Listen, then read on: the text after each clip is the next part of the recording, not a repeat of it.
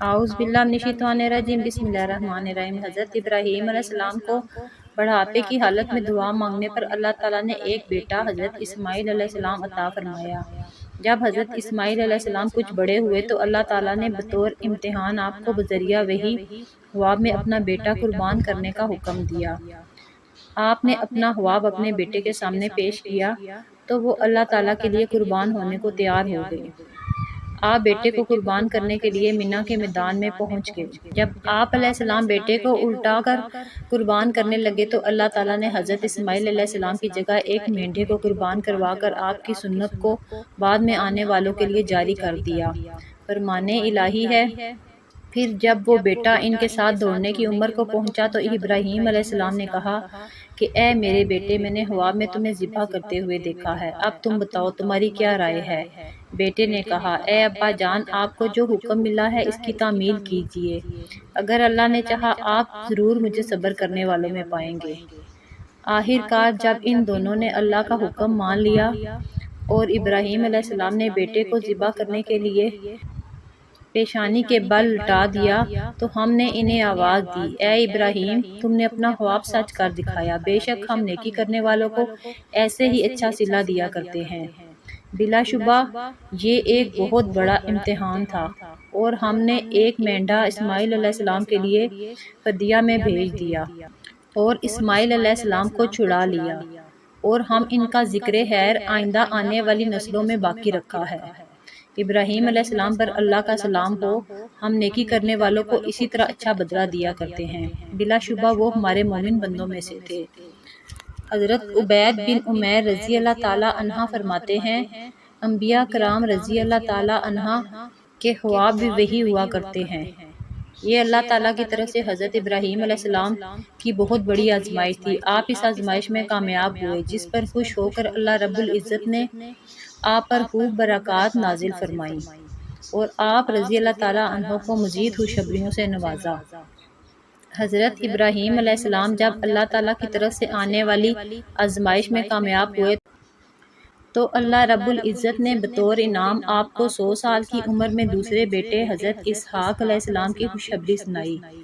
हज़रत इस्माईल अलैहिस्सलाम हज़रत हाजरा के बतन से पैदा हुए तो आपकी दूसरी बीवी सारा रज़ी अल्लाह ताला अन्हो जो के बांझ थी, इन्हें भी औलाद की ख्वाहिश हुई। जब अल्लाह ताला की तरफ से भेजे हुए फरिश्ते इंसानी शक्ल में बतौर मेहमान हज़रत इब्राहीम अलैहिस्सलाम के पास आए तो आप अलैहिस्सलाम ने इनकी मेहमान नवाजी के तौर पर एक बछड़ा ज़िबा किया और इनके लिए खाना तैयार किया, लेकिन वो चूंकि फरिश्ते थे इसलिए उन्होंने खाने की तरफ हाथ ना बढ़ाया तो आपको इनकी तरफ से कुछ खौफ लाहक हुआ।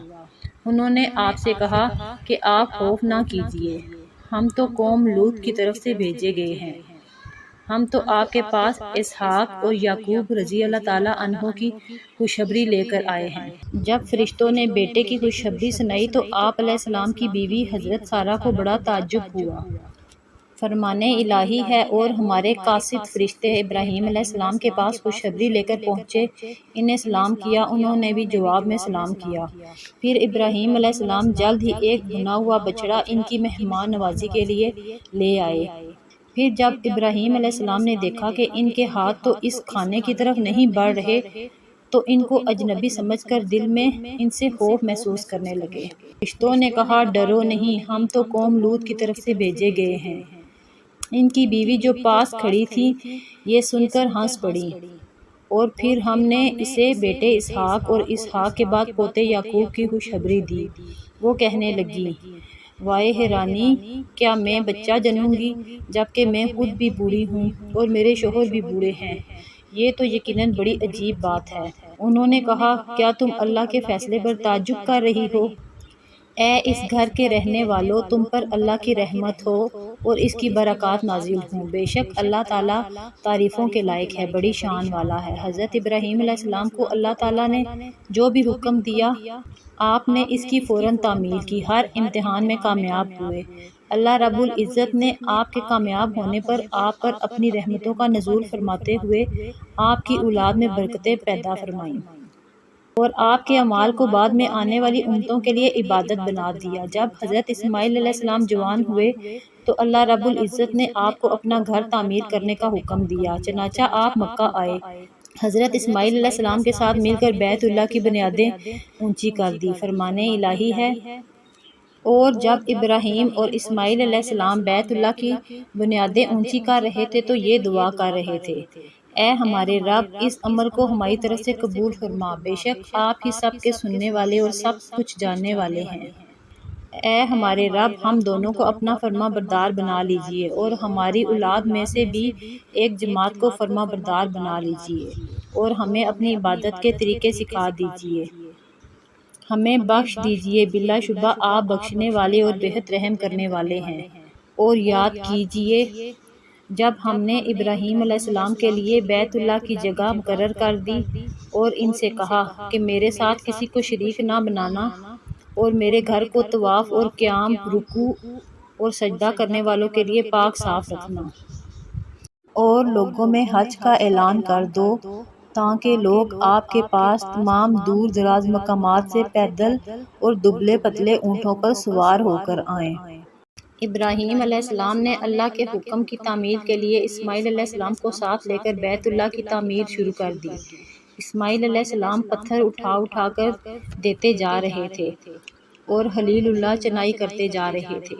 جب دیواریں بلند ہوگی تو آپ نے حضرت اسماعیل علیہ السلام کو ایک پتھر لانے کو کہا۔ حضرت اسماعیل علیہ السلام ایک پتھر اٹھا کر لائے، جس پر کھڑے ہو کر حضرت ابراہیم علیہ السلام نے بیت اللہ کی تعمیر شروع کی۔ اس پتھر پر حضرت ابراہیم علیہ السلام کے پیروں کے نشان بھی موجود تھے۔ یہ پتھر آج بھی خانہ کعبہ میں مقام ابراہیم کے نام سے موجود ہے۔ طواف کے 7 چکر پورے کرنے کے بعد اسی مقام ابراہیم کے پاس 2 رکعت نماز پڑھنے کا حکم ہے۔ تعمیر کرتے وقت دیواریں کچھ بلند ہو گئی تو اللہ رب العزت نے جنت سے ایک پتھر حجر اسود نازل فرمایا اور حضرت ابراہیم علیہ السلام کو حکم دیا کہ اس کو بیت اللہ کی دیوار کے ایک کونے میں نصب کر دو، چنانچہ آپ نے اسی طرح کیا۔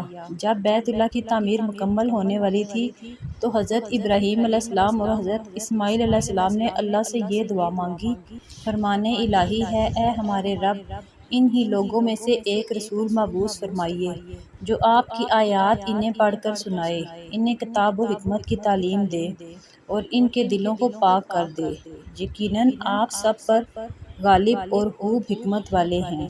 اللہ تعالیٰ نے حضرت ابراہیم اور اسماعیل علیہ السلام کی دعا کو محمد عربی صلی اللہ علیہ وآلہ وسلم کے لیے متعین فرما کر قبول فرما لیا۔ حضرت محمد صلی اللہ علیہ وآلہ وسلم انسانوں کے لیے ہی نہیں بلکہ جنات کے لیے بھی رسول بنا کر بھیجے گئے۔ رسول اکرم صلی اللہ علیہ وآلہ وسلم نے فرمایا: میں ابراہیم علیہ السلام کی دعا، عیسیٰ علیہ السلام کی خوشخبری اور اپنی والدہ آمنہ کا خواب ہوں۔ میری والدہ نے خواب میں دیکھا تھا کہ میرے جسم سے ایک ایسا نور نکلا ہے جس سے شام تک کے محلات روشن ہو گئے ہیں۔ حضرت ابراہیم علیہ السلام 175 سال کی عمر میں فوت ہوئے اور اپنی زوجہ محترمہ حضرت سارہ علیہ السلام کے قریب ایک غار ہبرون میں دفن ہوئے۔ آپ کے کفن دفن کا اہتمام آپ کے دونوں بیٹوں اسماعیل اور اسحاق علیہ السلام نے کیا۔ آج کل وہ جگہ الخلیل کے نام سے مشہور ہے۔